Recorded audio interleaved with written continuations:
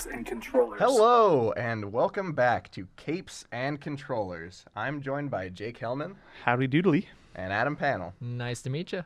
We are a podcast where we discuss 3 topics each week. So each week we're going to discuss something from the world of video games, something regarding movies and TV shows, and the third topic is pretty much anything else. So let's dive right into it.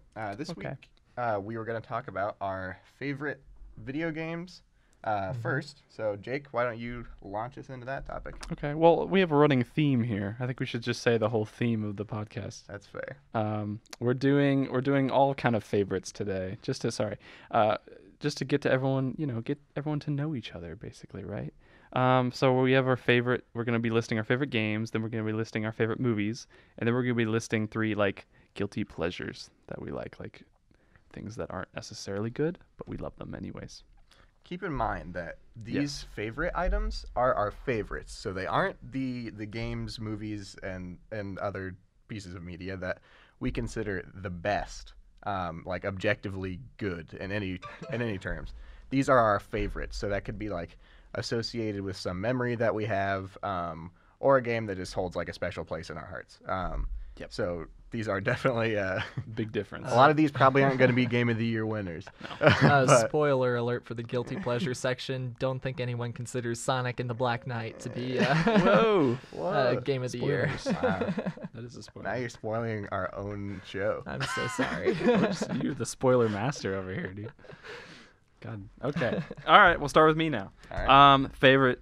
So we're doing video games first. All right.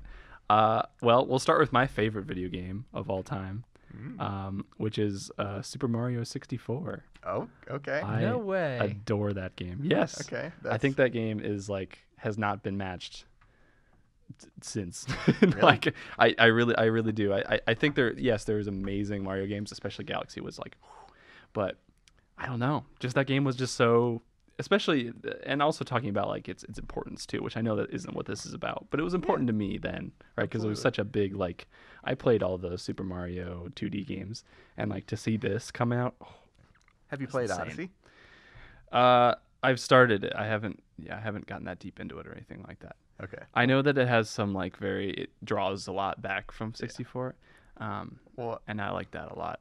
I'm a fan of a lot of the 3D Marios. I love 64 and Sunshine and Galaxy. A lot of people, Sunshine's a little bit of a divisive opinion, but I love that game. But it's interesting to hear that 64 is your favorite. Though that is I'm not gonna lie, that's a pretty safe one. A lot of people treasure that game. Why do you like it so much? I can't pick one thing. I just think the level design is really smart. I think there's so many levels. I literally keep playing it to this day. I love watching it too, even though these levels that I've seen a million times, I don't know. It's just fun. It draws fun out of 3D gaming, which was something that it was the first thing to do it too, which makes it even more they're let's make a 3D game. And then they ended up making, I think, one of the most fun 3D games that you can play. I don't know. I just am obsessed with it. I watch speedrunners do it a lot of times. I play it constantly. I bought the DS version. I played that till completion. Just a great game overall. So, anyways, that's my number one. But, What's your second pick? Yeah, so my second pick, these other 2 are, they're not really in order. I just know I love that game. But second/third is probably Life is Strange. I love that game too. Okay. Now, I've never played Life is Strange. Okay, I won't spoil it. What's it about? Life is Strange is quite similar, actually, to Bandersnatch in a way that it is very... it's a video game, but it's very much about making decisions. It's about a girl who finds out that she basically has time powers, right? And so the whole game revolves around making these decisions and then deciding whether to go back in time to remake them or not. And kind of also while a whole other plot happens in the background, which I'll talk about later. But and this girl's in this private kind of high school area, and so it's this whole high school setting, which I'm also a sucker for. And so there's drama and things like that, and it's really, really beautifully well told, I think. And contradicting Mario 64, I'm a sucker for like stories. and good stories in video games. I was gonna comment on that, Yeah. because those are two very, very different games. I know, yeah, and my third is also story based, but yeah, I think that's just beautifully well done. And I have not played 2 yet, and I need to. It came out recently-ish. I played the Captain Planet. Was that what it was? Anyways, and I thought that was pretty well done too. But anyways, yes, that's my number 2. Love that game. And then third is, oh man, this was hard because it was either this. Oh man,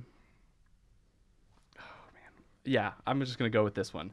Well, because it was either this or some Fallout, like probably Fallout 3, because I think that's my favorite. Okay. But I had to go with this one. It's BioShock Infinite. Oh, okay. I Yeah. love that game too. Also, like I said, sucker for stories. That game is the Fantastic game. prettiest game I've ever played. Yes. I cannot believe just how good it looks on my 360. I mean, that's why I played it on both, but like I was blown away. The graphics are insane. It's like I said, it's just pretty. That whole in the clouds sky, sunsets everywhere. I'm a sucker for sunsets too. And the whole story between, the man and this girl and this weird connection and the whole lore, and it's religious and it's also not, and it's political. Oh my goodness. Yeah. I can't even.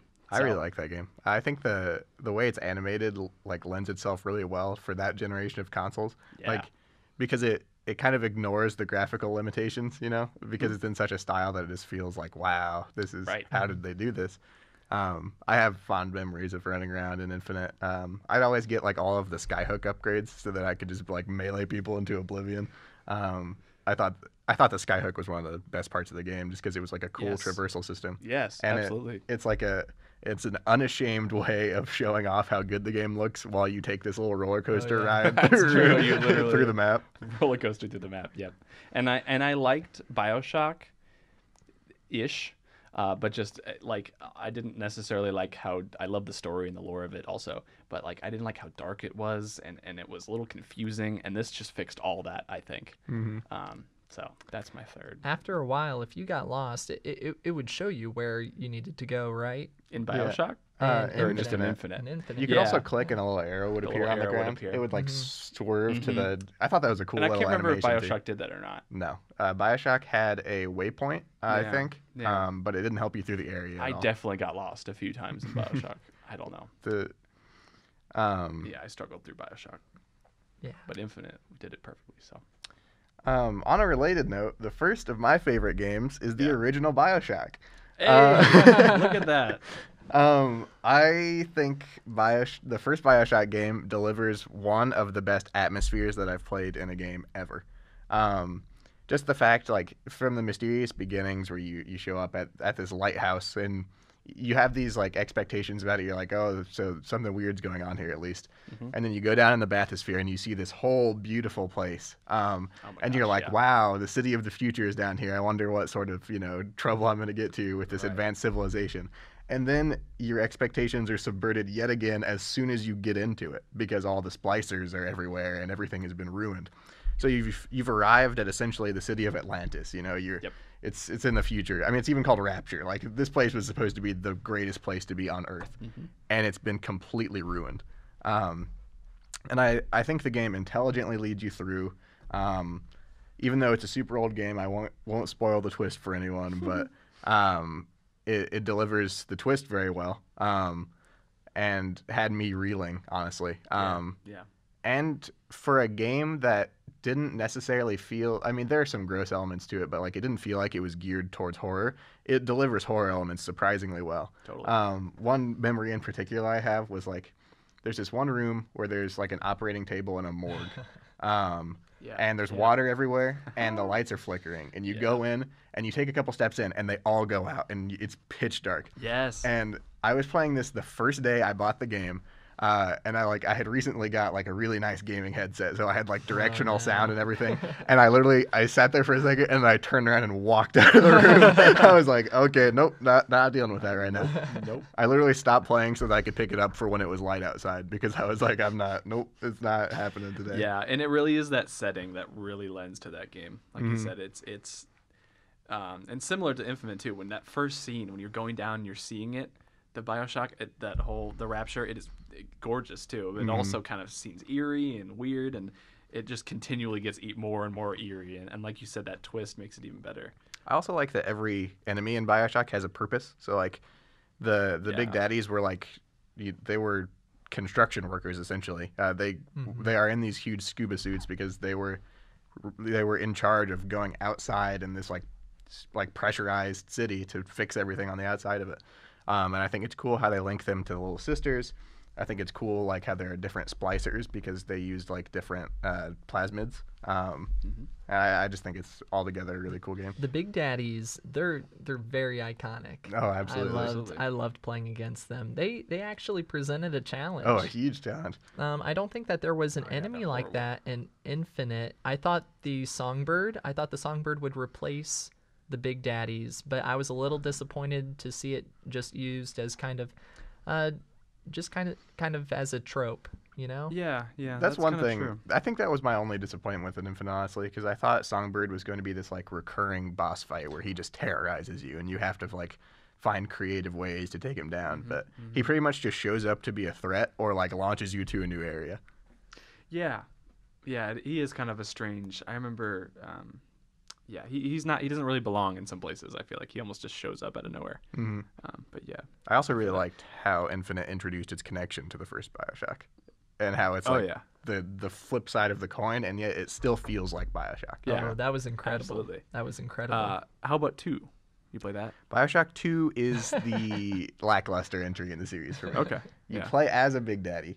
Right. Right. That could have been cool. And it was a nice, interesting idea. It was a nice little like power trip, you know, like wow, I'm in the Big Daddy suit. But I almost feel like it should have been reserved for like a tiny section of play where you're like, oh, you're the Big Daddy now, you know what it feels like, or a DLC instead of having something. a whole game based on it.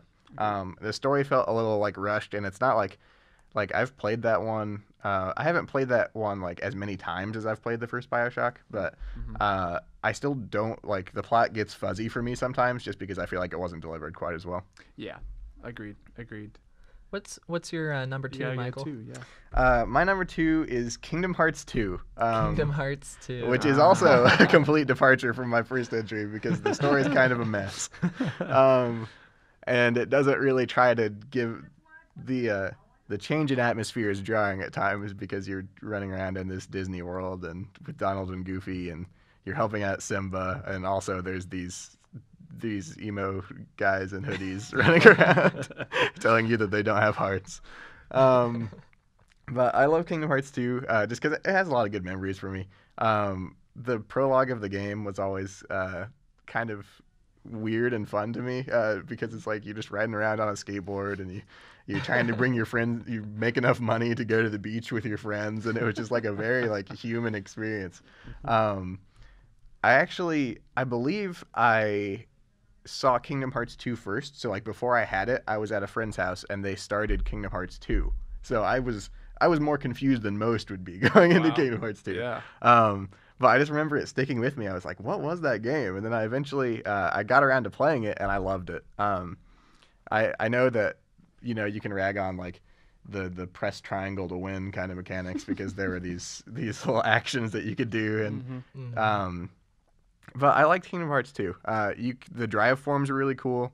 You felt like cool and powerful with the Keyblade, whereas in the first one I feel like you honestly felt like a little kid running around with a sword that's too big for you. Definitely.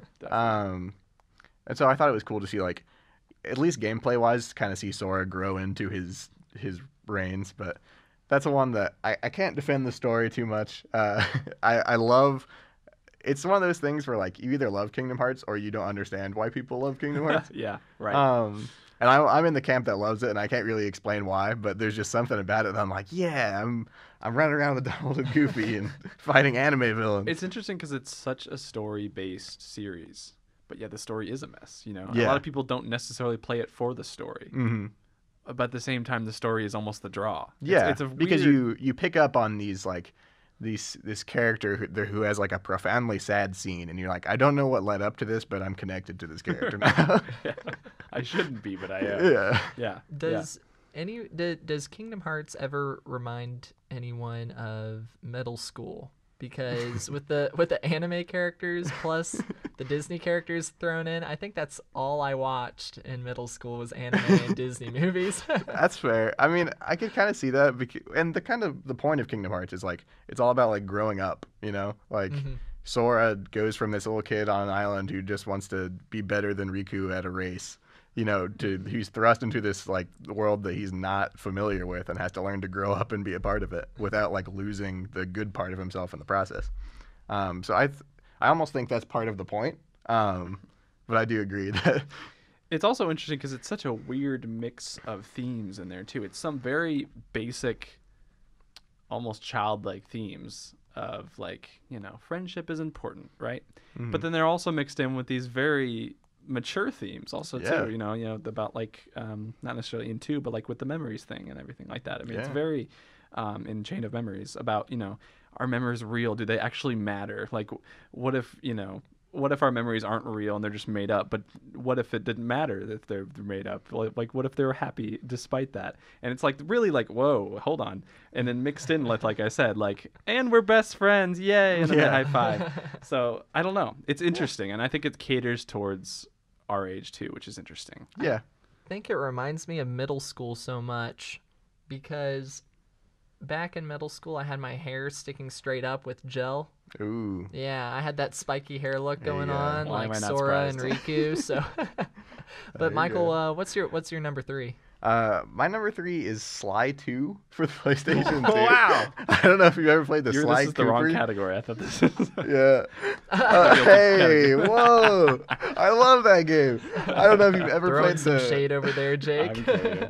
I don't know if you ever That is a played good the game. Sly Cooper series, but you play as a raccoon named Sly Cooper, and along with your friends Murray, who is a hippopotamus, and Bentley, who is a turtle, you go around and steal stuff from criminals. And the first game was all about getting the pages back to this book called the Thievis Raccoonus that your long line of family of thieves built for you eventually to pick up, and you defeat this like gang that's taken all the pages and scattered them. And then the second one is all about like finding and collecting the parts of the final boss that you beat in the first game, because people have like kind of threatened to reassemble the robot eagle guy that you defeated at the end of the first one.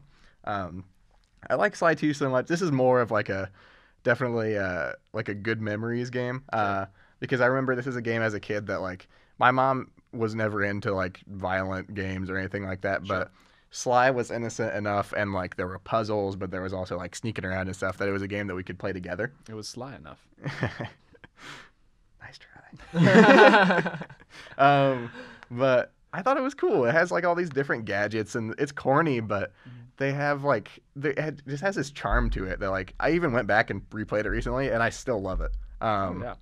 Just because like the platforming could be a little at times, but it just felt nice all the way through, and it knew what it was, and it stuck to it without being ashamed of being a game about a raccoon thief. Yep. I mean, those games, those 3 platform games have like a spot in everyone's. I mean, literally Mario 64 for me. And like that's why Ukulele happened also. So. Yes. As an honorable mention, the new Spider-Man game for PS4. I love it, but I am barring myself from including it in my list because I've played it too recently, and I want to come down off of the high of like, wow, that game was really, really good. That's fair. But I loved that Spider-Man game, and Spider-Man's my favorite superhero too, so I'm like really harsh on Spider-Man stuff, and it impressed me. It looks great too. The textures, beautiful. Like all of the suits. You showed me that, Michael. I think a couple weekends back, and it looks fantastic. So smooth. Such a good game. So. All right. So my Adam. favorite game. Spiky hair, Adam. I had to bar myself from a game because I think we've all mentioned it. BioShock Infinite. Oh, really? No way. Yep. But I have it tied with something else. Okay. And that's Super Smash Brothers Ultimate. That's my high five. I gave a high five but to it was Jake. very soft. Here, this is what it sounded like. Right, yeah, that was it. And that's Super Smash Brothers Ultimate. I think the more that as I've gotten older, I just love competitive games. and I like competing against other people. Yeah. And Super Smash Brothers is one of those games where it's like a party game where you can just have fun and be with friends, but it's pretty cutthroat too.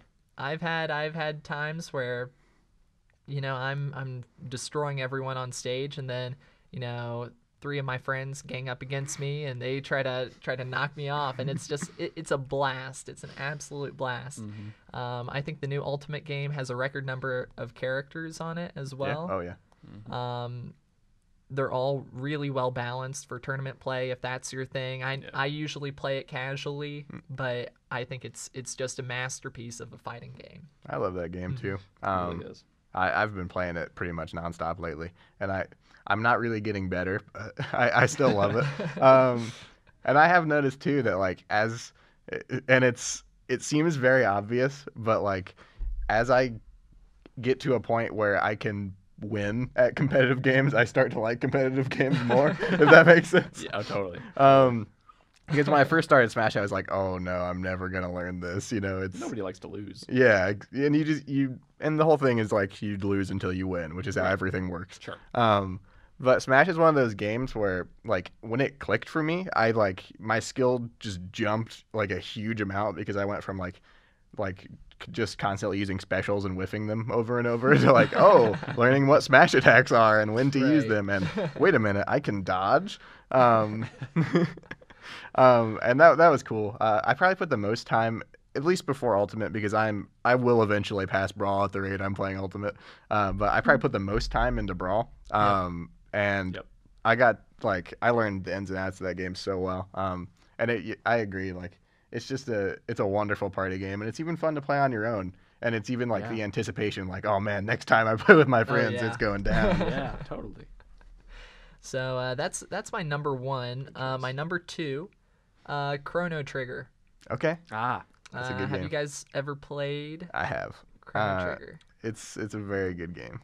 The story is fantastic. It feels like a make your own adventure game because it has like 21 different endings. Mm-hmm. Oh shoot. It's an incredible RPG. It kind of revolutionized RPGs back in its day. It was a cool take on a JRPG. And it's one of those that's like accessible to people that don't play those types of games, you know? Because it didn't feel like, it's not like you pick up like Final Fantasy 11, you know, and you're like, time to jump in. But Chrono Trigger is one of those that you could pick up and you could enjoy it, having never even touched something like that before. And I played it when I was younger. I don't think I got every different ending, but I played it quite a few times.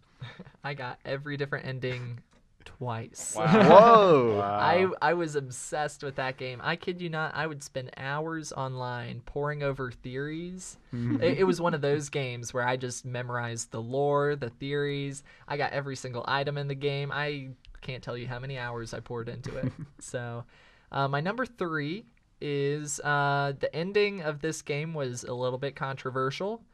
I thought it was okay. I know what it is. It's Mass Effect. So pick your favorite color, kids. Specifically, I think Mass Effect 2. Oh, okay. Yep.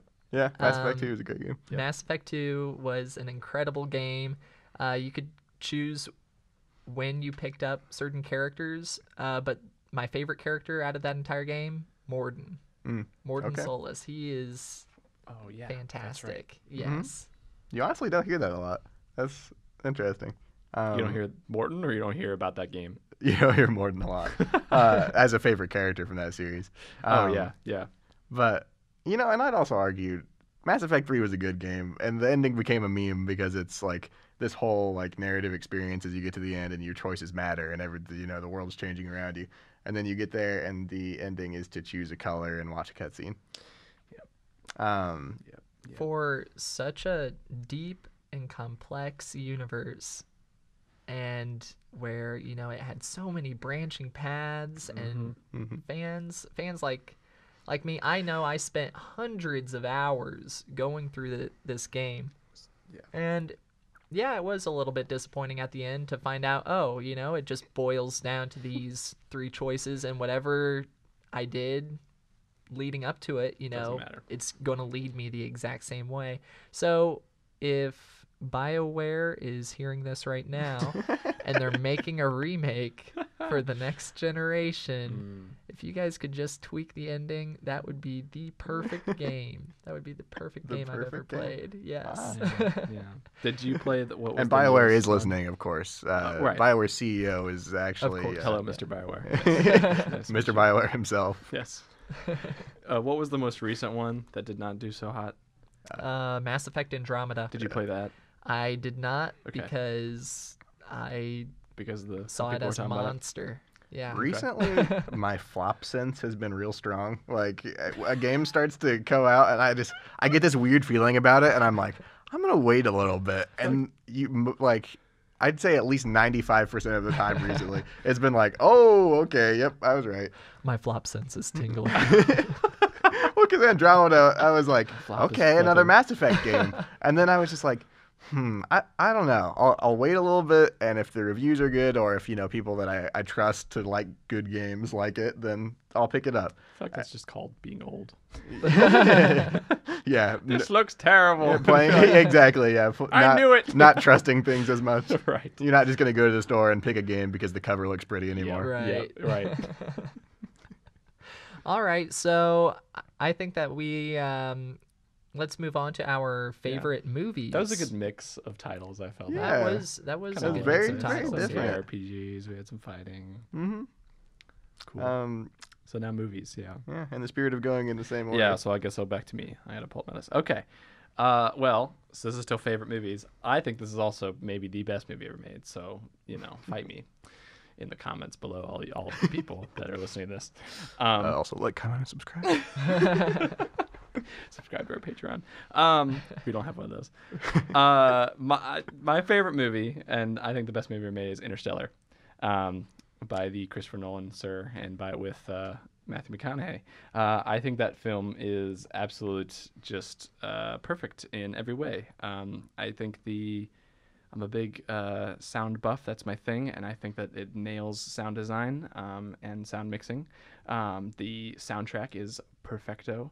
The effects are spot on and also accurate, which makes it more interesting. And I'm a huge, I'm so into space and stuff too. I'm a big sucker for space. And to make a story out of a space adventure that's not about or in space, I think is pretty genius. It's intertwining this human story with this gigantic plane of space, and I think it does that really, really, really well.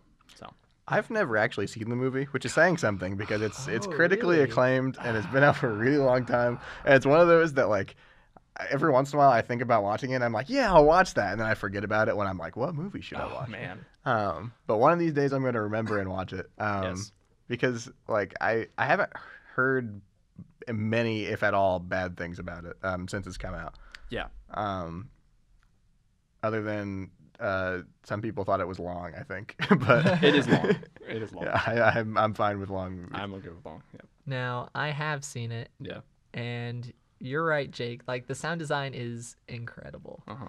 And your love of I was laughing over here because your love of sound, It's such a good movie. for you're that. just so passionate about it. Oh my god. So I made a quiet bet to myself that your second favorite movie is about the Indiana Symphonic Orchestra or something like that. It's a movie. It's a music documentary. It's a music documentary. No, it's not. But I am a little bit of a Nolan fanboy too, which is also hurtful to many people's ears, I'm sure, and I'm sorry. Which I'll talk about it later. But so I think part two, my second favorite movie, would have to be The Dark Knight. Okay. I'm not gonna say that's an unpopular opinion. People I know. love that movie. I know these aren't controversial picks here. But again, I just think, like I said, he nailed the whole. We've talked about it before. He nailed the whole superhero movie. How to do it right. How to do it dark. How to do it realistic. Yeah, I mean, it's not even talked about in superhero movies because it's just so above everything else. You know what I'm saying? It's kind of like, oh, that movie is good, and like, oh, let's compare it to this other Marvel movie or this other DC movie, and like, well, what about Dark Knight? And I was like, well, of course that was good. Let's move on though. Let's actually talk about movies that have a chance here. And I really like The Dark Knight. And I think that, and here's the old broken record. Heath Ledger's performance revolutionized the entire world of acting, but he was an amazing Joker. Oh and if my you God. watch Oh, yeah. any Yeah, other he was. Heath Ledger movie, like watch A Knight's Tale and then watch The Dark Knight. Yes. Similar titles, Knights, very yes. different movie, and very different Heath Ledger. You might say night and day. Yeah, I'm not the biggest Heath Ledger fan until that movie. Yeah, that really turned me. And I could make some digs about it. There are some like kind of plot conveniences. Like there was one part where Batman wants to get a bullet out of a brick at a crime scene, and instead of like, and I get like Batman's better than the police, but he just takes it. He just leaves the crime scene with the brick. I never even thought like of that. Batman, that's not okay. Pretty funny. But at the same time, that whole movie is about him basically running away from Yeah. the cops. So Yeah. Oh yeah. right. I did like that in the Nolan verse of Batman movies, that like he was never really liked by the cops. Friends with the cops, basically. Yeah. Yeah. Like he worked with Gordon for a while, Right. but then he couldn't even do that anymore once things got really bad.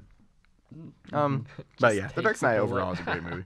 Great movie. Yeah. And Rises, it's funny. It's not my third, but it like Batman! it was for a minute, and it slowly degraded over time, which I think is interesting. I saw. What's about?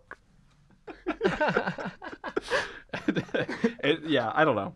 It's a really, really well made movie too. It's like still in my top 10. Why The Dark did- Knight Rises, but it did not live up. Why did it decline over time? I don't know. It was one of those, like I said, I walked out. So I walked out, and I was like, that's right below Dark Knight. Like that's an Really? amazing movie. I was like, great. And I don't know. It's just one of those movies where I was like, well, the story it was great, but it wasn't perfect as The Dark Knight. The Bane was cool, but he also had Bane problems. There's no survivors. Yeah, that was kind of dumb a little bit. I don't know. It was really, really good.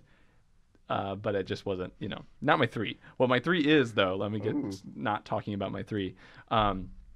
I think my 3, and this is even like weird because I haven't even seen this movie very many times. I But thought you were gonna say you've never seen it. I was like, the trailer was really good. okay, Ex Machina, thank you. But I really, really did like it. It's about a guy who is wins a contest to go out and work for this guy who is developing a very smart AI robot. And he sent out to test her. And it just evolves over time. And it's really smart in the way that it's slowly builds up. The movie is I would even consider it slow for the first 20 minutes. Like hardly anything happens. But then it just slowly ramps up over time until the ending of the movie is just this chaotic mess. Yeah, that movie is very tense. Yeah, right. And it creeps on you. Yeah, like very tenseful. And that's a very the Alex Garland, that's the director. That's very much his style too. I think he did and it's really well written. It's deep, very thoughtful movie. And again, just great cinematography and great sound design again. So Great. There's that sound design. always really good CGI too. All right, Michael. You know- Top 3 favorite movies. Jake, it's a shame that your favorite movies ended up being movies that are like also considered pretty objectively good, because mine aren't. I mean, they're I would say they're at least seen as good, but it's not like Interstellar and Ex Machina where it's Yeah. like, wow, these cerebral, really good movies. First one on my list is the Robert Downey Jr. Sherlock Holmes. That movie just has a charm about it that Totally. draws Oh, me yeah. in every single time I watch it. I could watch that movie twice in a row and laugh at like a completely different set of jokes the hardest, like each As different hard. time. Yeah. And like, I wouldn't say that like I'm the most, like popcorn movie junkie out there, but like the action sequences where he just breaks down everything that's going to happen and then you see it in real time is like wonderful. Absolutely. And I always thought that it would be cool to see something like that in a video game. And I think that's partially why I like that movie, because it's like all those sequences, it's like, okay, you decide in your head what to do. And I'm sure games have done something similar. But it was just a moment where I was like, wow, like they managed to get spectacle in like a regular fight scene somehow. you know? Yeah. It's almost Scott Pilgrim-esque in some sorts, where it's like almost cartoony fight scenes, but they do them really beautifully and realistically. You know, it's not, you know, so. And I agree. The first movie opens so strong with that immediately. It shows you what it's good at as soon as it starts. Yes. You have like them sneaking into this cathedral, and there's this this drunk guard walking by, and he immediately looks at him, and just by looking at him determines like what point he needs to strike to incapacitate him silently. And it's really cool to see like the breakdown. It's like you see the mind behind it, and then you see him execute it, which I think is really cool. Right. And talk about like my flop sensor. I thought that would have been one of them, and it was very surprising that like we're gonna make a Sherlock movie, and it's like, well, okay. I'm expecting a 2.5 stars here, but it's completely surprised me, and it like flipped the whole thing on its side. Robert so, Downey Jr. He definitely brings a lot of charisma. Oh yeah, and a lot of that film. A lot of intelligence to his roles as well. I think he and Jude Law had amazing chemistry. And obviously they have to carry the movies because they're Holmes and Watson, but they just had like there was a spark there that kept you interested even in the slower scenes. Oh yeah.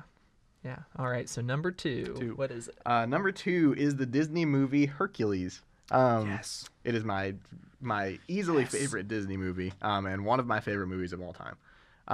I think it has overall the best soundtrack out of any Disney movie. Thank you. Every song has a great meaning. There's no wasted songs in that movie either, because there are fewer songs in it than there are in most Disney movies. That's true. But each one feels important and has a completely different tone than all the rest. You have like 0 to Hero, right? And then you have Won't Say I'm Falling in Love, and they are like 2 songs that sound like they belong in different movies. Different styles. But it fits perfectly. And the animation style is beautiful. I love all the swirls and the clouds and everything. Yeah. I love how like everything in that movie just keeps drawing me in. I love how cute little baby Pegasus was. I love like James Woods' performance as Hades was amazing, with the whole like flames flying up and then going down, like indicating his emotions. Pain and Panic were fun. There's just not a lot for me to complain about in that movie. And like it was one of those movies that I watched a lot as a kid, so it holds like sentimental importance. But like I would still defend that movie today. I think it's a fantastic movie through and through. I'm so glad you say that. That is definitely the best Disney movie in my opinion too. Oh, definitely. 100%. You're in agreement too? Wow. Oh, yeah. That's awesome. Interesting. That is interesting. I've never met 2 other people that thought that was the best. Really? one. No, I've met a few, but it's rare. So that's awesome. I mean, because it's not the one, like it's not a movie that you think of when you think Disney movie, but I love it. I don't think it even, like Moana and Frozen, those are all great movies by themselves, but Hercules, like you said, it just does everything right. The music, the characters, just all of it is done in a really adorable and mature way. Hades is such a good villain too. It's one of my favorite villains. I feel like almost ever. Like the whole sarcastic, like I'm just trying to get it done, man. Like that's basically his view. Well, and he's so multi-layered too. He's like exasperated with his minions, and he's angry at the gods, and he's a coward on the inside when he gets stood up to, but he's like manipulative, and it's just like wow. Very deep. Yeah, exactly. Very layered character. Exactly. So. All right, so my top 3. Let's hear him. Wow, Adam skipping my third entry on the list. Say, we have one more? Oh, we have one more. I thought we had one more. We have one more. Ouch, and you would have felt bad for skipping this one because it's Spider-Man 2. Not the Amazing Spider-Man Not 2. The amazing. Get that out of here. The new one either. Not the new one that hasn't come out. There hasn't been a second one in that series yet. You know what I mean. But Spider-Verse. Tobey Maguire, Sam Raimi directed Spider-Man 2, which is, by the way, the only Marvel movie to have ever won an Oscar. I'm so sorry I almost robbed you of Is it really? talking about this. It was for effects, but it didn't win Best Picture. But we'll see about Black Panther. I love the goofy charm that those movies have, and I think it comes out best in the second one in the series. Doc Ock is a great villain. They took some liberties with him, but Alfred Molina did an excellent job as Doc Ock and played like a different side of the character that was like he was more tragic than Doc Ock normally is, which I thought was a really cool addition. Toby, in my mind, is just about the perfect Peter Parker, because I think I talked about this in the first episode, but like he's just like he's believable to where you could see him in the hallway and not notice him when he's nerdy Peter Parker. And those movies are cheesy, but they know that they're cheesy, and they have infinitely quotable moments. I say the phrase "the power of the sun in the palm of my hand" an inordinate amount of times. There's a whole subreddit dedicated r/Raimi memes dedicated to those movies. I didn't know that. It's one of my favorites. But I love that movie. The soundtrack is a banger. You know, Great everything. soundtrack. The way it builds is just so wonderful. It just like it starts out. They always have these like little, you know, offbeats when he's like running across the rooftop, and then he jumps and takes the first swing, and the music comes up and swells, and it's just like wow. Yep, that was a great moment. But yeah, I think Spider-Man 2 is definitely up there. Honorable mention for me again. Into the Spider-Verse was amazing. There it is. Okay. But I saw it too recently, Right. so I don't want to. I don't what I want to put it figured. on my list. Okay. But I also thought it was amazing. All right. My top 3. This was tough for me. I have a hard time choosing favorite movies. My family, we're big movie buffs, and we see literally any movie that comes out in theaters. So no Just any matter movie. how bad, I no thought there matter was gonna how be a bad it qualifier. is, Right. no matter how bad it is, I Period. will still think it's good. You're easy to please. I am right. easy to please. All right. But Except my for first Aquaman. one is Yeah. That crossed the line. ouch. Just calling you out. Forrest Gump. Forrest Gump. Okay. Okay. Yep. You, Yep. we Good can't movie. we can't argue about that. That one's a classic. No, none there. Mhm. Okay. I just love seeing little Forrest grow up and just seeing like this character, he stays the same throughout the entire movie. I think that we can all agree there isn't much character development on Forrest's end, but seeing how all of the other people in the movie are impacted by him and his decisions, I think it's just so cool. I think it's hilarious that Yep. this simple guy heavily influences American history. That's great. Yeah. And I just loved like the scenes where he's like talking to the president and like Yeah. And he stumbles into it too. Yeah. That's the best part of it. He Mhm. doesn't even understand. You know? yeah. No, yeah, he doesn't understand the significance of like any of the events that he's at, but he's Right. there. He's there being there. Forrest Gump, and you get to see like it's honestly like for the beats that it goes through in history, like you could honestly say like it describes those moments in history as far as like a pedestrian's perspective pretty well. But Yeah. we see it through the Yeah. guys of Forrest, so it's just like, oh, he's this simple guy going around. Right. It was a very interesting time to and Being he himself. stumbles through it. Yeah. I thought it was so cute. He stumbles into Richard Nixon, right? And he shakes his hand. And later that night, when the Watergate scandal, he's at the Watergate Hotel. Yes. He picks up the phone and calls. So well done. Yeah. that was hilarious. And it really does a wonderful job, especially for what was it, 95 or something, 90s, of like making it look like those time periods. yeah. I mean, That's it like perfectly encapsulates him in those moments. It looks like he was actually there. hmm I'm Oh, always blown away by that. Definitely. Yeah, that was cool. Yeah, And Tom Hanks is a wonderful actor. of course. He totally fits the role. I couldn't imagine anyone else playing Forrest Gump. Mhm. No, That's true. Tobey Maguire. This My boy Toby. Tobey Maguire is a god tier actor. I think my second movie is Founders. Which- Founders? Founder or the founder? The Founders. Okay, Yeah. the About founder. the founder. Yes, About okay, the okay. McDonald's. Just clarifying. Yeah, about the McDonald's, how the whole McDonald's corporation Ray was Kroc, yep, founded with yep. Ray Kroc. Yep. That was a really good movie. I think I've seen that, but I think I watched it in like a personal finance class or something. Like, I don't think I actually sat down to watch it, but I think I've seen it at some point. Okay. Probably shouldn't interesting learn any choice. personal finances from Ray Kroc. Yeah, but, really, that was Well, the yeah. best person to look up to, but I get it. I don't think it was shown to us as like, do what this guy did. He made McDonald's. I just think it's so cool. I'm obsessed with kind of famous people and how they got to be famous or how they got their mindset that they have nowadays.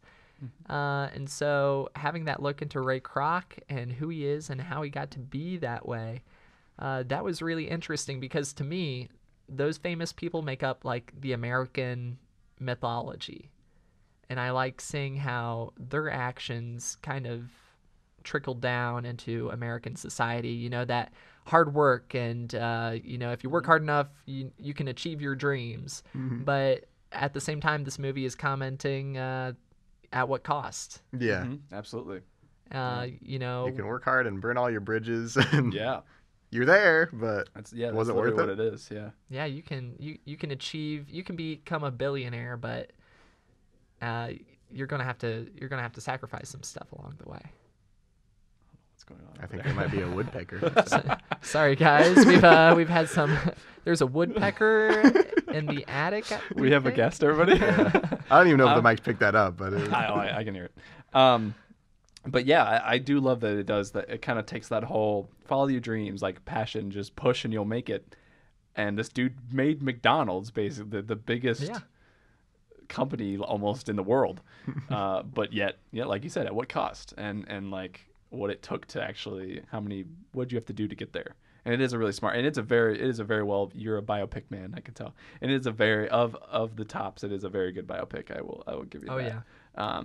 I thought Nick Offerman was really good in that. Oh, he was so good. As Him and Michael Keaton. Yeah, together they were great. But him specifically, I was like, I don't know. I couldn't believe it was him, first of all. He's all shaven. Yeah, I almost didn't recognize him. No, I didn't either at first. He was in another movie where his face was shaved, wasn't he? Probably, he had kind of his signature baby face. It was around that time. Yeah. The movie's not coming to me right now, but my third favorite. This is kind of recent. I don't even know if it's my favorite really. Yeah. But I was so impressed with it, I had to mention it, and that's Dragon Ball Super Broly. Oh, okay. I think the animation was fantastic. That movie came out like 3-4 weeks ago. Yeah. Yes, yeah, that it's was fairly really recent.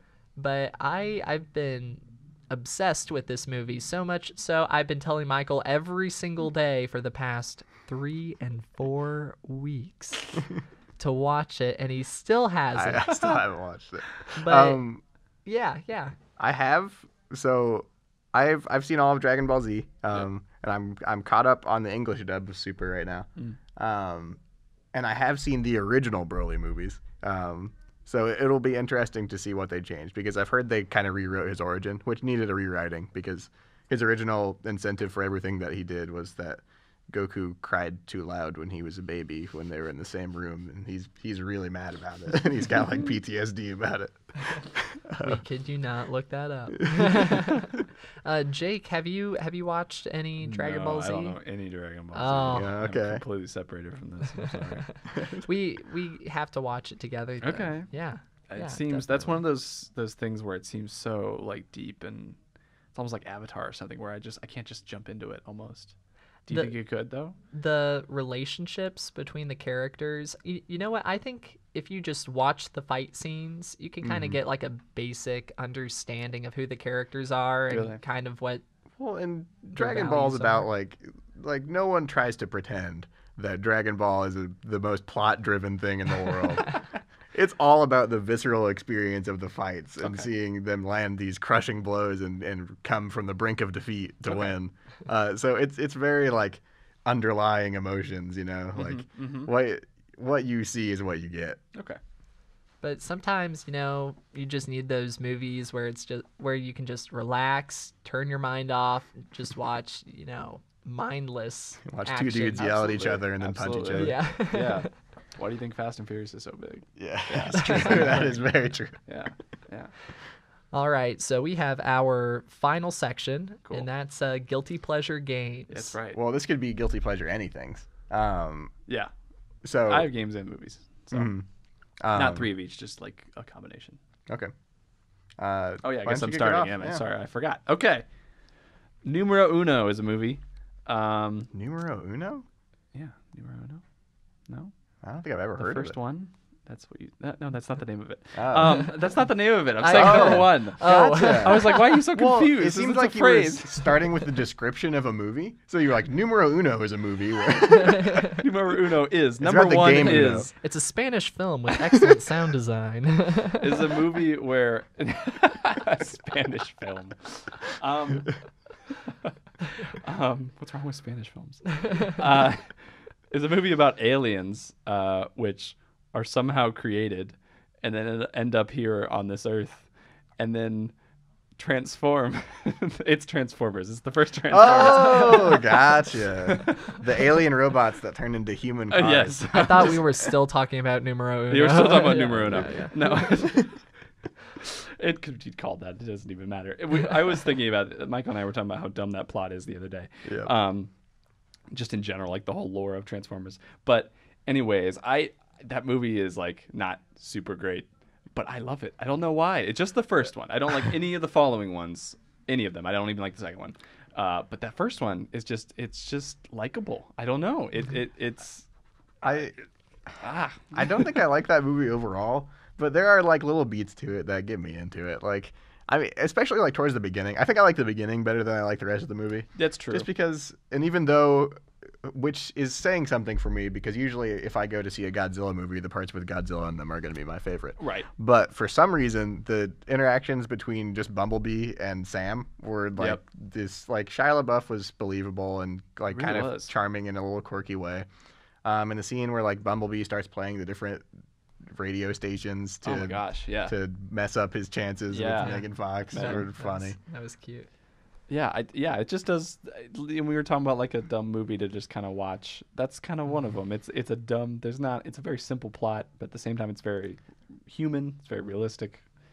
I don't know. Now my one criticism with those movies is that Megan Fox's character kind of got relegated to just the damsel in distress. Oh, absolutely. And that's She's a part of what I'm wonderful saying. actress. Yeah. What do you mean one criticism? Yeah. It's a Multiple. large criticism, and I totally agree. Yeah, I mean, it's Megan Fox I too, think which, that she's very underrated. She She's a good the actress. characters, the characters she picks up don't really do her justice.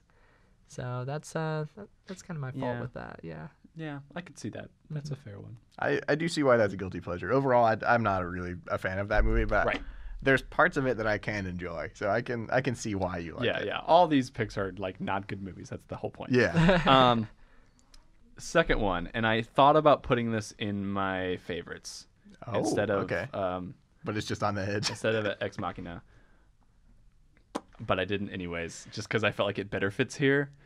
But it might be my third favorite movie, and that is Mr. Jack Black's School of Rock. Oh, okay. Oh. I love that movie. That movie, I don't even know if that's known as a bad movie. I guess it just I don't think it critics is. wise. Yeah. But oh my gosh, yes. I think it's really just Jack Black. I love Jack Black, and that is the movie made for Jack Black. When you said Jack Black, I thought your guilty pleasure was going to be Tenacious D, The Pick of Destiny, my and I was God. like, whoa. That's a good one too, though. I'm another fanatic Jack Black. He's oh my hilarious. goodness, he's so good. And yeah, like I said, that movie was made for Jack Black. It was surrounded by him, by his character. He probably ad-libbed more than half of it.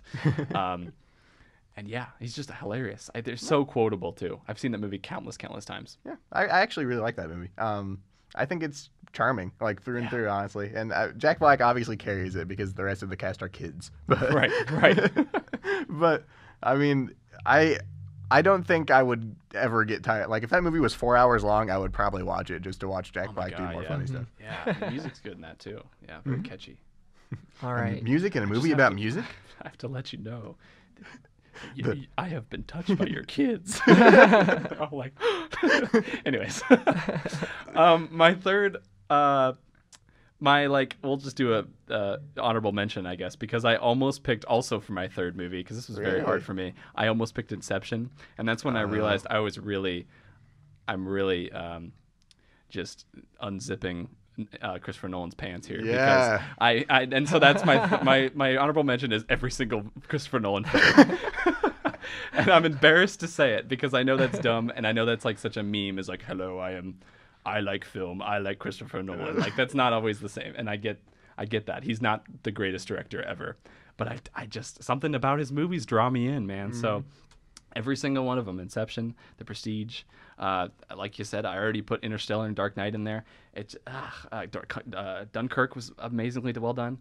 Anyways, that's my other one. And then my video game one, and this is also kind of an every, is, I don't know, maybe this isn't controversial, but, or not even really controversial, but every single Lego game ever made is a video game. Yeah, okay. I've not the most recent ones, but I played almost every single one, and I get so into them. Yeah, It's just so, there's the same thing every single time. They really are. You know, but it's so good. I remember, you like Lego games when like you get this weird enjoyment from unlocking the Gonk droid in one of the Star Wars ones. Oh my You're like, gosh. wow, I unlocked a useless character. Yes. Let's go. That's a very good point. Yeah, all of the worlds. I mean, I even got into. I'm not even an Indiana Jones fan, but I got so into that game. I was like, I don't even like Indiana Jones, but this is great. I love being Indiana Jones, flying around and swinging, and so that's cool. that's my other one. So Okay. you're on to you, Michael. My guilty pleasures are again way worse than the stuff you picked. I just like yours are like, oh, okay, yeah, I understand why you like that, but mine are pretty much like they're just bad things that I happen to like. Sorry. And the first one is probably I can't even. Okay, so my first addition to this list is Shrek 2, the video game. This is a game for the PlayStation 2. Hard to miss it. It's a really close up of Shrek's face with orange in the background on the cover. Yeah. I actually really like that game, and it's so shallow, and it's not a good game by any means. But I just remember playing. There was a stupid like Fiona singing to birds mini game that you had to get like the rhythm right on, and I remember getting like as a little kid getting so angry at it. And there's this one like jailbreak mission where you can play as the big bad wolf in like your pajamas. You could blow these guards over the head, and like you could swap between all the different characters. And then like, I mean, and there were fun elements to it. Like the combat was obviously like really stripped down because it's a Shrek game, but Sure. like there were these cool things where like Donkey could do this like huge kick and it would like freaking warp reality. Was this GameCube? This was I played it on PS2. Okay. Yeah. Okay. And it's like a classic like movie video game type. Yeah, I'm it's assuming, like right? top down and you top down kind of. You almost like very linear. Yes, you play through the plot of the game. You play through the plot of the game. There are some extra stuff like it's like put together Humpty Dumpty. But lots of side quests, very riveting. Right. Yeah. On par with Listen, The Witcher. the side quest, yes. Listen, Dang. Witcher 3's side quest, step aside. Shrek 2's got your number.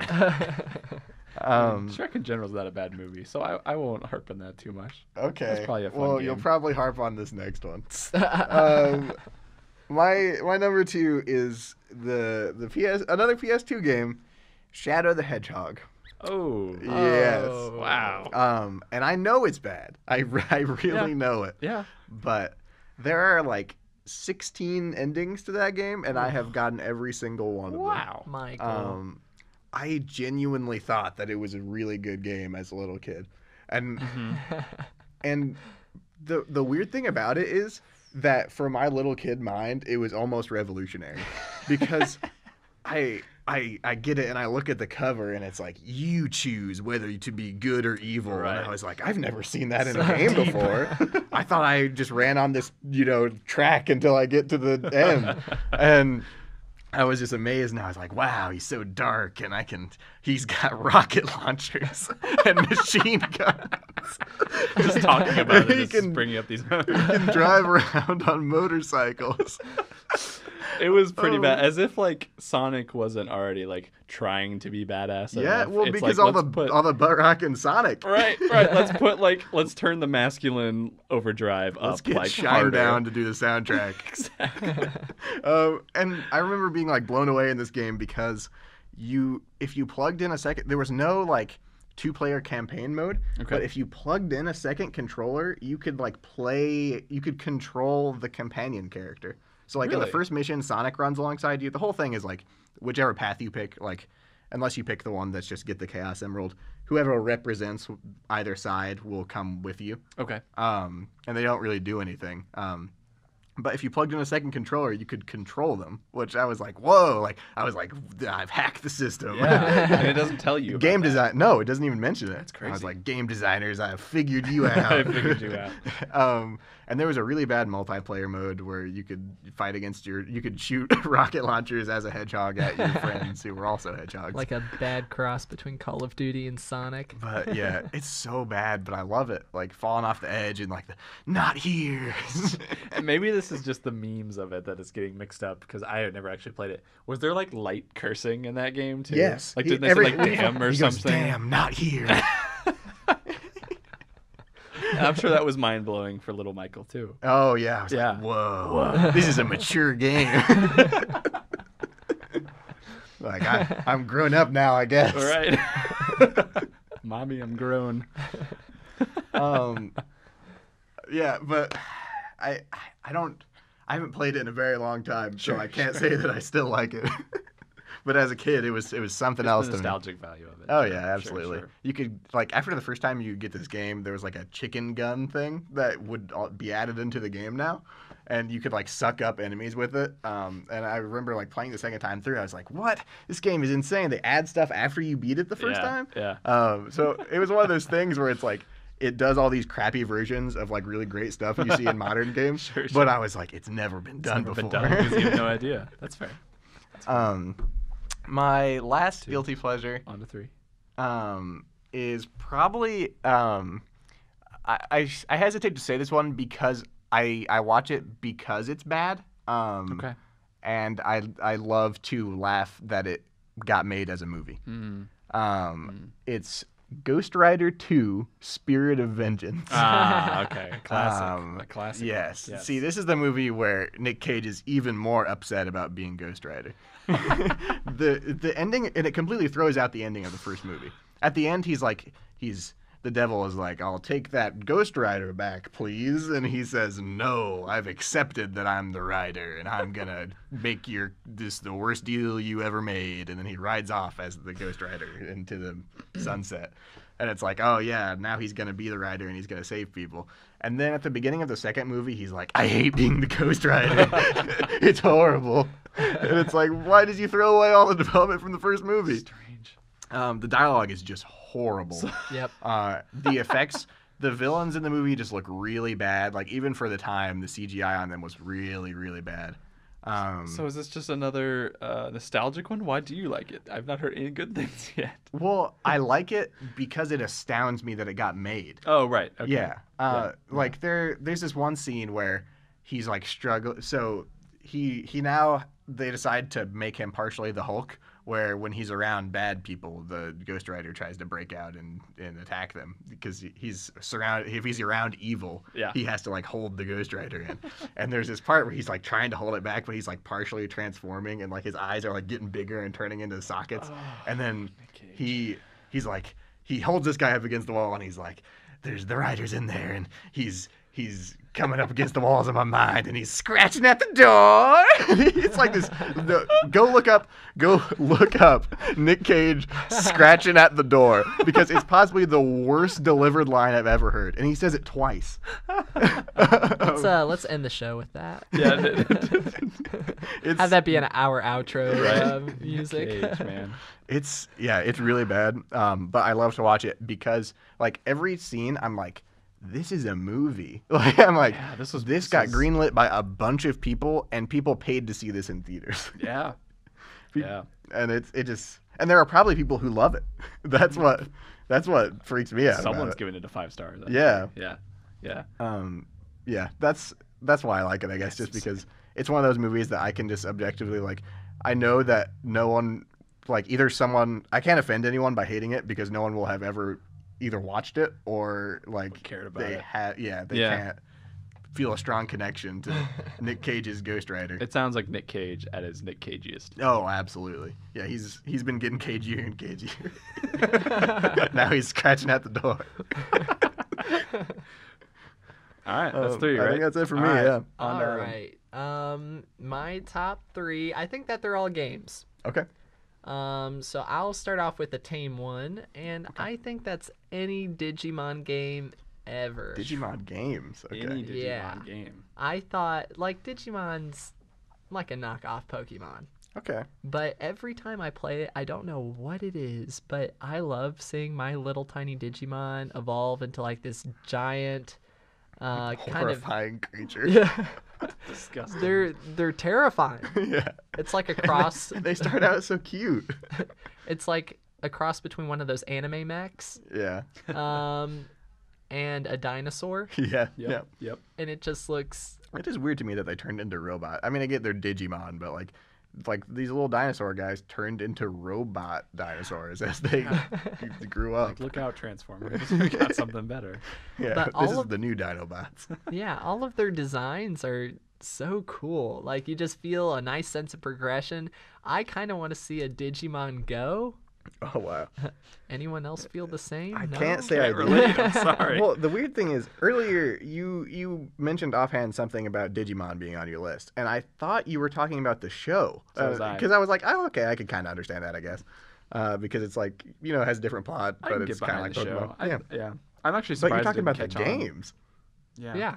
Yeah. That's like way off the beaten path. Yeah. I loved playing, I think it was Digimon Sun and Digimon Moon.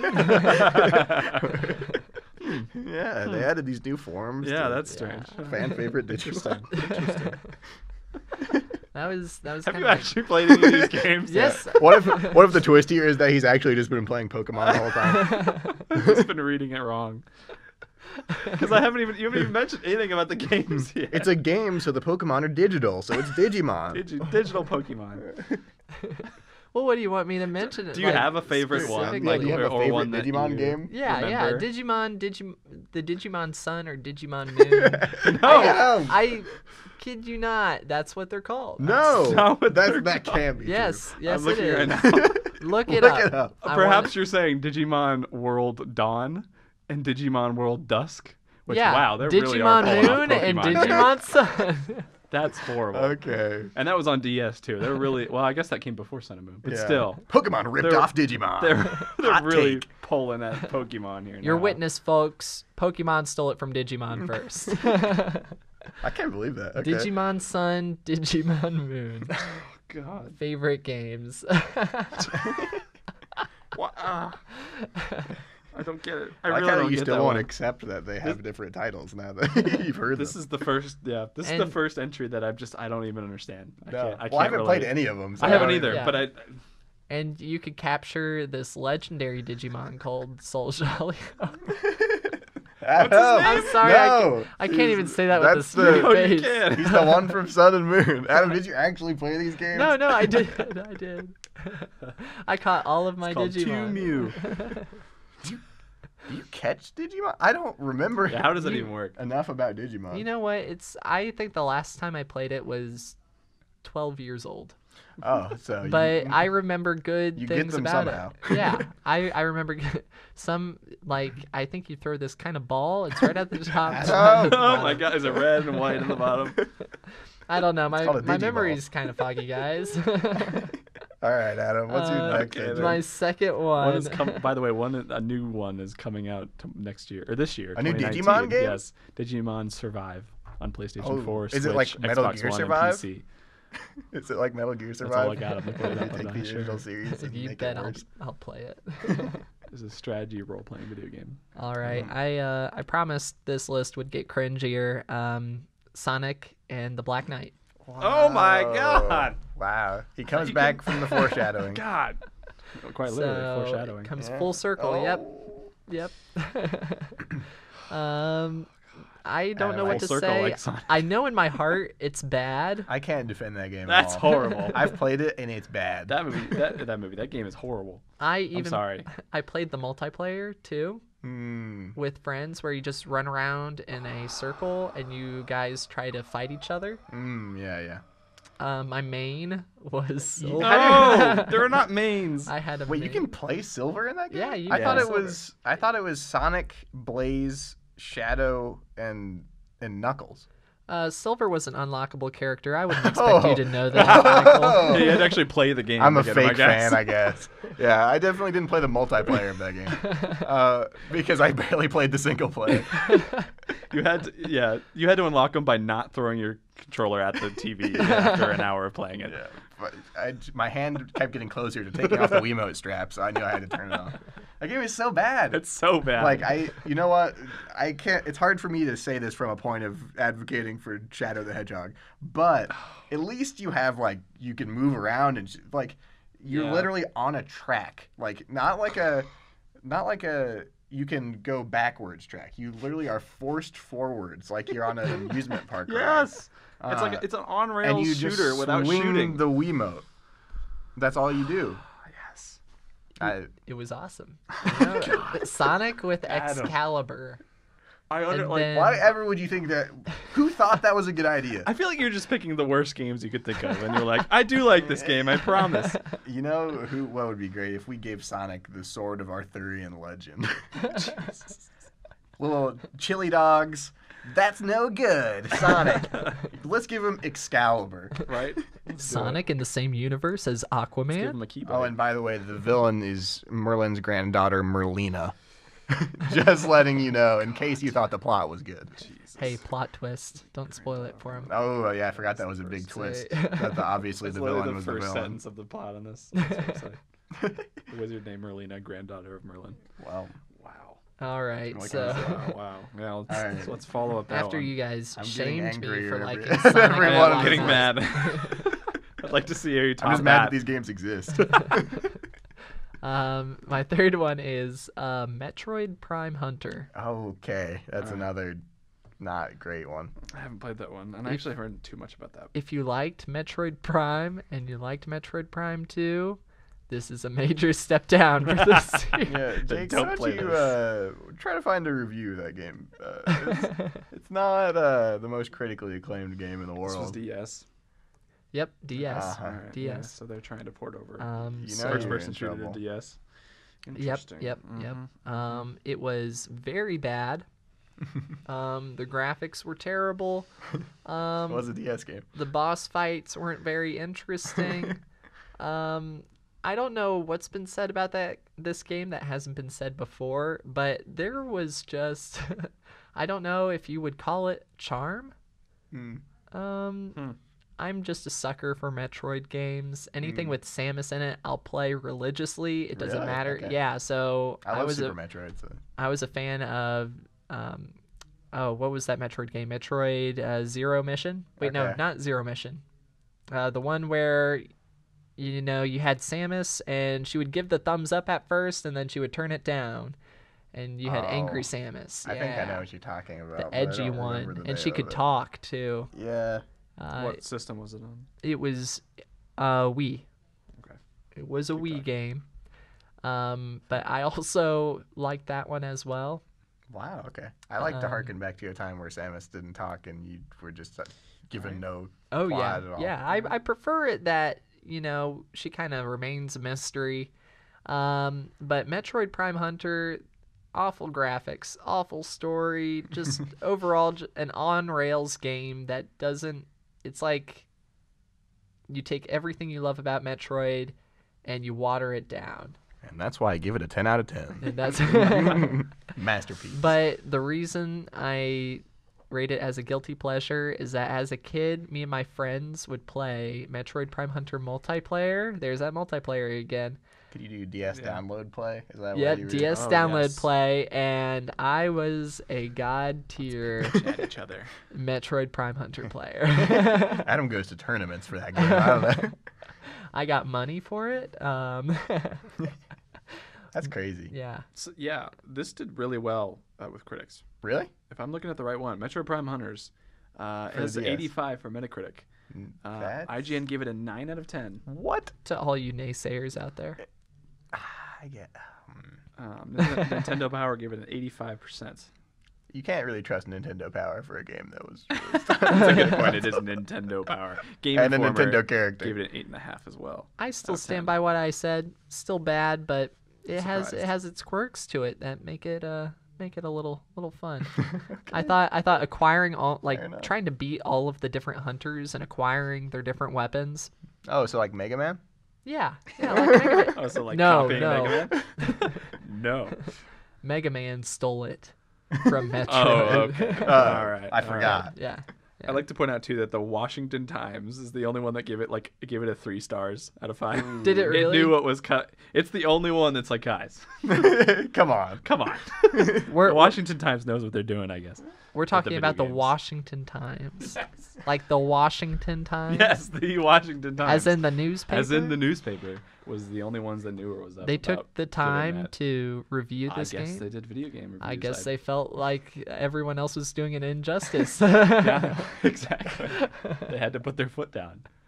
Well, that's it for our favorites and our guilty Yeah. pleasures. We But are running really long but- too. last time, we promised you guys that we would watch Bandersnatch and come back and talk about it.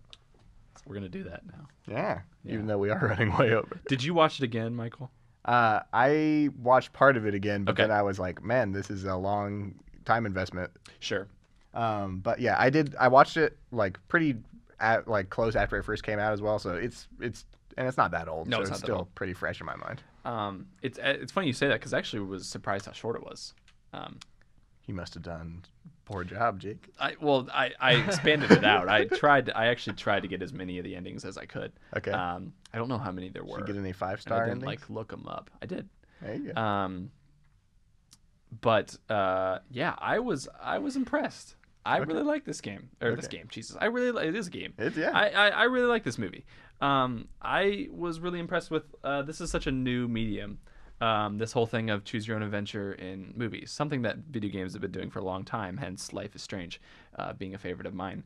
I was impressed. It really did some smart things that you could not do in a video game setting, which is almost usually the opposite. It's, how can this video game not be a movie? Yeah. How can this movie not be a video game? And I thought That's it did a true. really good job of making these choices seem fluid and seem interesting and involve the viewer without involving the viewer. Mm-hmm. Right, Adam? So not only did this present a lot of options and interactivity for the viewer, it kind of incorporated the concept of these choices Right. into the story, which I Yeah. thought was And- excellent. Yeah, that was Absolutely. the big Same. draw of it I for could me. not believe that hmm when I realized that. Mm-hmm. Yeah, if you're going to add like some sort of gimmick to something, Yeah. I like to see that gimmick, them go a step further and incorporate that into the story. That's just excellent. And I'm sure that there are a bunch of movies or films that have done that. I feel like there has, and I'm just not remembering. This can't be the first one. Right? No, it can't be the first one.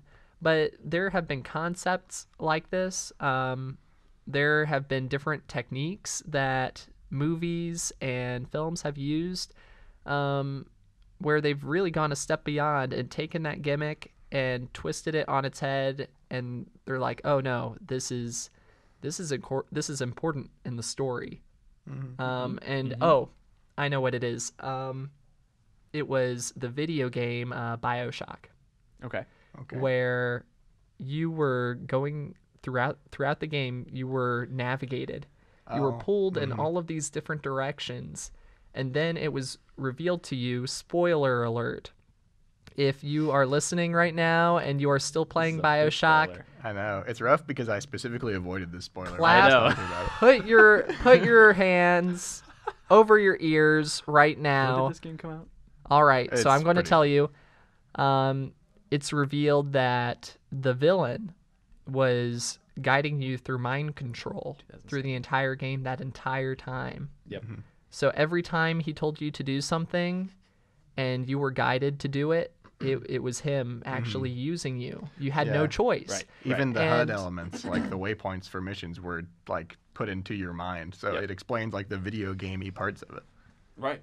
Yeah. Yes. Yeah, so when a medium takes like basic common features, like waypoints or choosing different paths in a choose your own adventure film, and incorporates that into the story, that goes a step beyond. I feel like, and Yeah. that's what made this film so engaging. I thought. I like the meta narrative to it. I also thought that it was interesting that the Black Mirror-ishness actually came out through that rather than through the actual plot. So like the plot was like it was like this guy goes crazy and it's rough for him, but Right. like the Black Mirror catch is that it always has something to do with technology. Yep. And that part of the narrative came out through you because the technology is what you're using currently to watch that. And the weird like oppressive like the future is going to be horrible tone comes through and like you are playing and enjoying this. It's now. And you it's well, and that's the whole Black Mirror thing too. Right. Like this is all plausible. Right. But I thought that was cool that it puts it also like punished like video gamey knowledge, if that makes sense. So like choices that seemed black and white were not at all. Like yes. My very first playthrough of the game, I got like one of the first decisions where one of the characters just turns to you and says, "Wrong path, mate," and then the game's over. And I was like, "Oh, okay." That's funny. Well, because I figured it's the choice. It's not that much of a spoiler. The choice at the very beginning where you have to choose whether to stay with the company or not. Yes. And I was like, duh, easy decision. Yes. Because the game has to continue, you know? Right. The game has to go on. So I was like, yeah, definitely. It's his dream. He talks about, I can't wait to work with this company. But if you say yes, you lose. Right. I think that was so smart because it's showing you what happened, how this whole system works. Mm-hmm.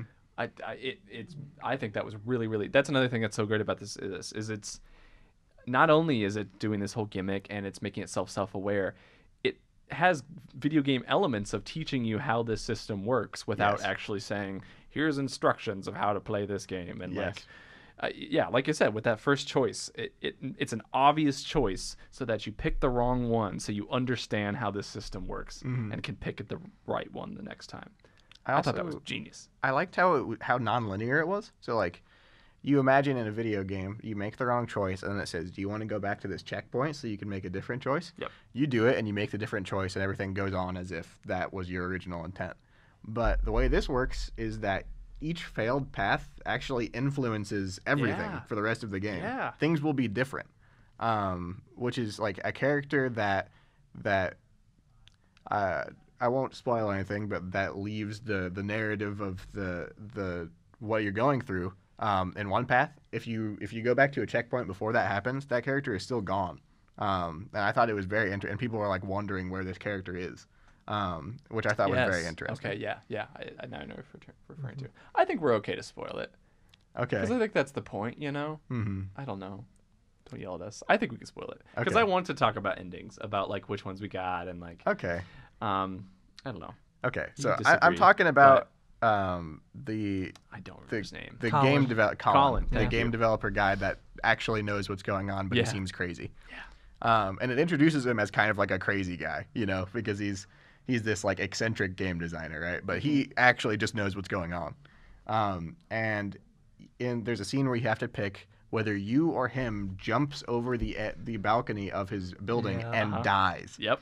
And if you pick him, and then at some point later down the line, you reset to a different point, and you expect him to be back. Right. He's still gone. He's missing. And his wife comes into the office wondering where he is. Yep. And Yep. I felt really bad because I was like, no, but I lose supposed if to I be do there. it, but it's bad if I don't. Yep. And I think it's almost trying to give you the same like manic sense of like you don't have control that you're forcing onto the main character. Yes. That's great too. Yeah. And like talk about being meta too. Did you ever get to that point where he asks who you are? Yes. And you say Netflix? Yeah, and there's the weird like Yes. scripted fight scene. And then you have to, that. But then you have to explain what Netflix is. And Yes. just so well done. But yes, I also want to talk about that fight scene. Yeah. Did you see that, Adam? Yep. Oh with my the- God. where they Actually, pulled out the ninja. Yeah. I actually once picked the other option, and it zooms out and you're on a set for a TV show. Oh, I got that one too. The other Yeah. option of It's to like- not fight. Yeah. Really? And it zooms out and it's like, what's the problem? That was supposed to be a fight scene. And then they're referring to you by like your actor name. And he's like, no, my name is, And it's, Whoa, I did not see that one. it was full of twists and turns that were very cool. And I know like the general consensus was that people like, as a Black Mirror episode, people were kind of disappointed with it. Yeah. Which I kind of get. surprised. But like, it was less about the Black Mirror-ishness of it and more about like doing something new and exploring something, like, Right. giving users control but also taking it away in a way that makes you feel the same like crippling, oppressive atmosphere that Black Mirror gives. Yes, and when he's in therapy and she's telling back, or he has to tell his memories, and then you get an option, but it's just the one. You can only pick the one because it's a memory, because he can't change what he did. I was like, that's perfect too. It's just so smart. So many smart things like that, where again, it's being meta on itself. It's playing with that choice system. Yeah, and I definitely think I said it was a gimmick before, the choose your own adventure kind of pathway choosing mechanic, but I think this is a trend that we're going to see moving forward with our TV shows and with our movies even, is being able to manipulate the outcome of what's happening in your favorite shows. I think interactivity like that was a ton of fun. Even just within that limited show. I thought that was a blast to be able to manipulate, how things turned out and what endings I got. And I think that we're going to see this in the industry at large moving forward. Right, and it really is an advancement on the genre. Like, it's not just, look, it's a movie where you can choose your own adventure. It's a movie where how we made the choose your own adventure thing even more advanced. Like, even to the point where when you go back and start doing other endings, it speeds up the events that are afterwards, if you notice that. Like when you have to, like at the end, whatever, we're not going to say spoilers anymore, where you kill your dad, where the guy kills his dad. That is like progressively faster and faster. Yes. As you do more and more endings, because you know what's going to happen. So it's smart enough to realize that you are going back and seeing the same thing again, and speeds it up and filmed it faster. And so things like that, little things like that I've not seen anything like that before. Knowing that you're going to go back is also really, really smart. Yeah. I think filmmakers are kind of catching on that, and they're taking a kind of a what do you call it? A lesson from the video game industry. Totally. Where they look at the video game industry, they see people playing and manipulating these characters on screen and making it their own. And taking that concept and putting it into the shows that they're making. Exactly. And I think that's so cool. And I think personalized content, I not only think choose your own adventure is the future, but having each show tailored to the choices that you make, so that every show that, whether like my viewing of The Walking Dead might be different from Michael's viewing of it. So one show one week might look different for the both of us, and then the next week it would be even more different because we made different choices in those episodes. That sounds like a Black Mirror episode. Yeah, it does. Eventually one guy just gets more horrifying and horrifying. He doesn't know how to stop it. But I think that we're going to start seeing divergent paths in these shows, and each one is tailored to our choices, and every single person has that personalized experience with that show. That'd be cool. Overall, I really enjoyed it. I guess I would agree that like it doesn't have the same like kind of emotional stake in it that some Black Mirror episodes have. Right. But I will give it a break on that simply because it was so good at what it did. Yep. So yeah, overall I enjoyed it. Also, I have to mention that as a filmmaker, that scares me that they're going that we do more of these choose your own adventure. Do you want to shoot the same scene 27 times in slightly different ways? I'm so sorry, Jake. Because there was 5 hours of that movie was made, and it's about an hour that you watch of it. So I can't imagine the footage. So, well, that's our take on Bandersnatch. Next week we are. What is it, Michael? Well, we're going to watch Spirited Away. What? And it's a Studio Ghibli. I don't know how to pronounce it, but I'm pretty sure it's one of those. Ghibli. It's one of those boys. Isn't that one of them hentai films? Chinese cartoons. Yeah, it's one of those. And we'll talk about it more when we go over it. But Adam and I both had a strangely similar experience with that movie. But that is what we're going to be going over in the next week. If you want to watch that as well and have your own opinions on it for you to get mad about when we don't share them, feel free to watch that and tune in again. Michael and Adam are both kind of anime fans, I'd say, and I am very much not. So I think it'll be an interesting discussion. I think it will be too. Jake, is there anything else you would like to say to Christopher Nolan before we sign off? Because I know that you've been fanboying over him a lot Please this hire episode. Hire me, please. I'd like to say thank you to Mr. BioWare for listening to this episode and supporting us with millions and millions of dollars. Oh yeah, we're rolling in it right now. All right, well, I think that's it for this second episode of Capes and Controllers. We will see you next time. Goodbye.